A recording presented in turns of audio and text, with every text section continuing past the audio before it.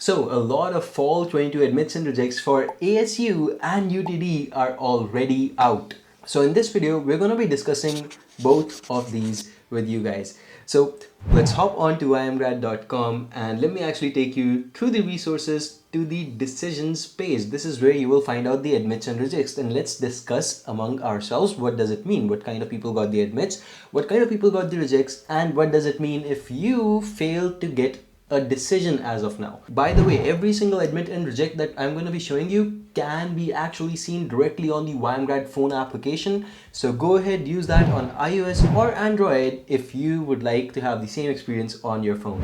Now let's get right into it. So first off, in the filters, we're actually going to talk about UTD first. ASU is a little bit more complicated this year. So let's actually talk about UTD first. I'm going to be putting that into the filters and it's going to do a quick search for UTD admits and rejects. And let's go ahead and discuss a couple of these. Now you can see over here that not every program will have the admits and rejects out, but UTD has been pretty damn versatile and has sent out early decisions to a lot of you guys who applied back in the month of November. So all of you lucky folks, take a look at these decisions then. See, this guy applied around October 29th, 2021, and around November itself he had the decision, and this was really quick, by the way. 8 GPA, right? There's a pretty decent TOEFL score. The only section I can see, reading section, is a little bit low, but they have a pretty good amount of work experience. I always recommend for MIS based programs at least 2 years of work experience, or an average of 2 years of work experience works. This person has a lot more than that, so of course that worked out in their favor. They also have a research paper and they made it successfully to the university. So already having a decision in your hands at this point of time, that's not really to say that this person will go to UTD only now. This just means that they have UTD as a safe university. They can go ahead and apply to 5 more ambitious universities now if they want. But MIS at UTD will always be there for them. If you know, actually, UTD's management school is actually pretty damn good. So the MIS program is definitely one of the top in-demand programs over there, right? Let's move on, and you can see over here there's the MSITM program that you can take a look at. This person has an awesome GPA, but a little less work experience. Of course, you can see the trade-off over here. Their GRE score is not that good, but again, most of these days when students are looking for waivers, universities are preferring students who can even send in basically barely decent enough scores, right? So GRE does not hold a lot of weightage as far as I've done my research this year. It's not really having the same sort of impact as it used to 2 years back, but yeah, definitely it's in front of you, right? So then there's the IELTS score, overall pretty decent apart from the speaking section, right? And everything else looks good.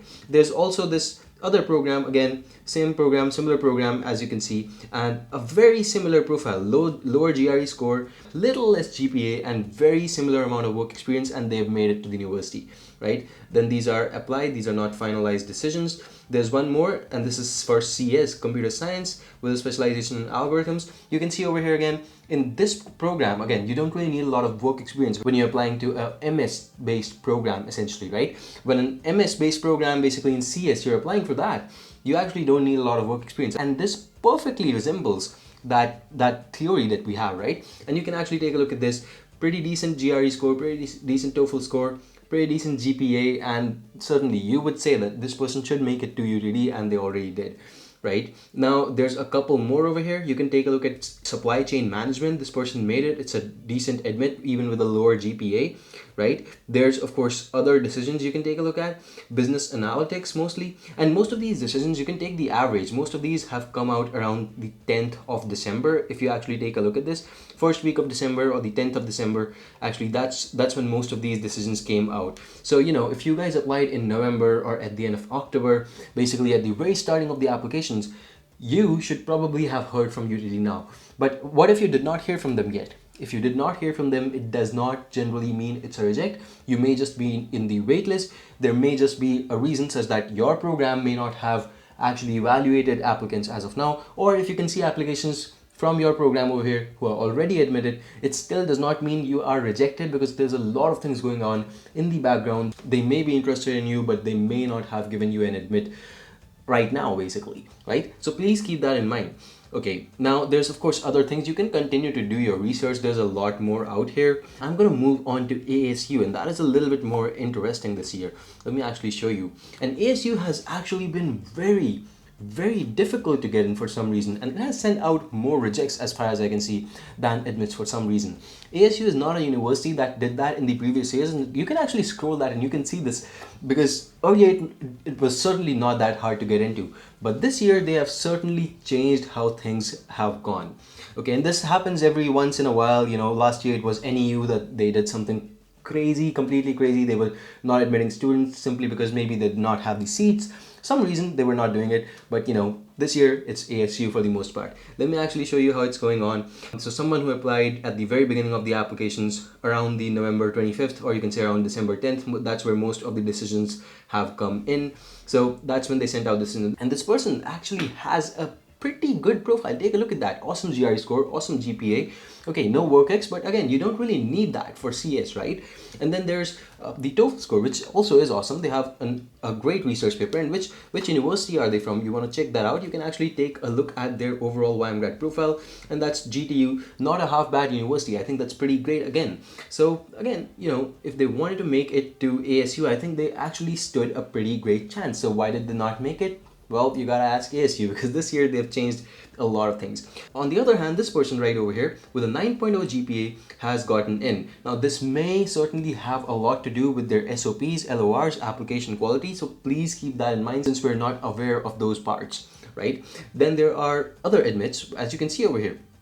But this one is for electrical engineering. So don't be fooled. Don't compare electrical engineering with CS. They're very, very different actually. Don't really go ahead and do that, because, you know, based on my experience, the competition for CS programs is insanely high, whether it be for PhDs, masters, even bachelors. It's a different level of competition. You don't really want to get into that right now.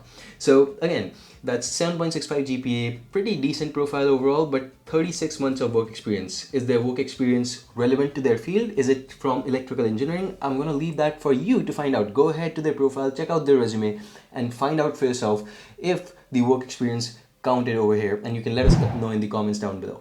Okay, let's move on. There's a couple others. Civil engineering, again, decent GPA, decent work experience, and they got in. Then again, there's a reject for computer science. As you can see, computer science has been specifically very, very hard to get in this year. Again, you can see apart from their, you know, work experience, everything looks good. It's a stellar profile, right? The GPA also looks pretty damn good to me. But a lot of people this year have been reaching out to me about ASU not letting them in, and really, I really understand the reason, to be very honest with you. But again, as you can understand, this is the trend that is going on, and you can actually do your own research and you can understand what is going on. But again, this is actually a very good platform to go ahead, do your own research to understand, okay, if I did not get in, did similar students get in? You're gonna find that answer. And I think, you know, when you're actually on the line, when you've actually applied and you don't really find out a reason why did I get rejected, I think this sort of gives you a little bit of comfort. So, you know, go ahead, do your research over here. You can actually check it out for other programs. There are other programs like, you know, MIS, Information Systems, right? And this person has made it with a 6.8 GPA, and again, a little more than 2 years of work experience. Like I say, it's the average. You gotta have work experience in this case. GPA matters less for MIS. But again, ASU is still a pretty ambitious university for this profile. They've made it. I think that's a pretty damn good decision, right? So again, you can do more of your research over here. This one, of course, has to be the spring admit and reject, right? So maybe we scroll a little bit too down the line, but again, more importantly, you can actually go ahead and do this by yourself. That can basically be done for almost any university of your choice, right? So for now, I'm gonna take my leave. I hope that this video helps you understand that a lot of times universities will act in ways that you do not imagine, and sometimes even safe universities would reject you. Sometimes even ambitious universities would accept you.